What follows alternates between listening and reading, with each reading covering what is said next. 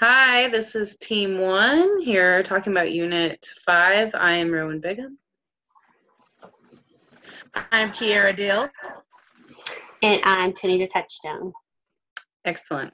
So for this unit, I was reading the 2016 NMC Horizon Report on the K through 12 edition. And the part that actually, I wanted to say that the whole reading that I did, everything seemed to really focus on this project-based learning and collaborative learning, saying that that's the best way for students to learn, which I think we all can agree with if you've ever gotten the chance to work with hands-on things and applying it to worldly problems. Students really hold on to that knowledge. I do that in my classroom, and the children love choosing what they want to research and then work on. But I really read about coding as a literacy, and I just want to talk about how much this really affected me, because last year I learned about coding and how it's becoming a new quote-unquote language that needs to really be taught. And I remember going through my bachelor's and having to try to do coding for a website, and it did not work. I did not go over well with me.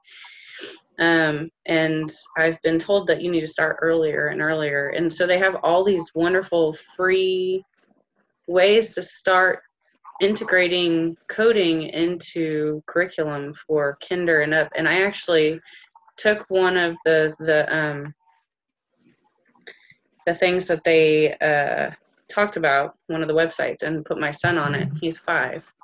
And he absolutely loves it and played on it for like an hour and a half. So I was wondering if either of you do any coding in your classroom, because this is something that I'm going to bring to my principal about for next year.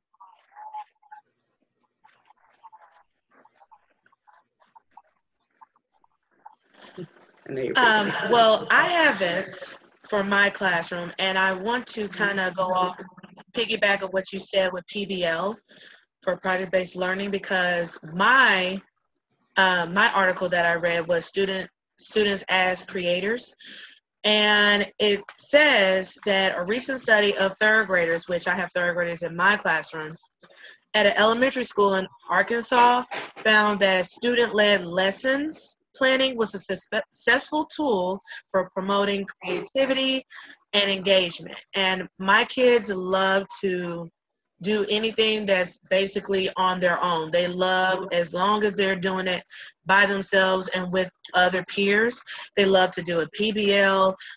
We just finished a continent project where they had to go over their countries in their specific continent, and they just love doing that. They love to find out something different about the country, whether it's the landscape, the weather, and many other stuff. But students as creators, I just wanted to go back on PBL, what you were saying before, Rowan, because I think that is such a great way for students to learn in our schools. Mm-hmm. Right. And to go along with that, I did the Rise of STEM Learning, and the STEM learning also fosters creativity. The same thing, it's projects and curriculum that include multi-different subjects. So instead of just health, they could be learning like psychology, biology, and different things like that. Even art can be incorporated into the different lessons with STEM. And it's student-led, so it's at their pace, what interests them, and, it helps them become problem solvers and critical thinking. So we're starting to get more, seeing the benefits of being more creative with our learning. Well, and Tanita, you teach the babies, the pre-K, right? Yes. So do you have a lot of what you would call project-based and creative? Do you use STEM in your classroom? We don't really have a curriculum where we use STEM, but I include like hands-on self-led activities. I find out what they're interested in, and I bring it into the classroom. And I find different ways to help them think, solve problems, and ask a lot of questions at this age, because they need the verbiage to explain certain things that they're doing and how to do it. And if something doesn't work, why doesn't it work? What do we have to do to make it work? Right. So at that age, I'm starting the foundation of STEM. I've heard so much about STEM. Kiara, like, I've never used it. Kiara, do you use STEM in your class or at your school? Yes, actually, we started a new program, and it's actually STREAM in our program, where they incorporated reading as well as mathematics, engineering, technology.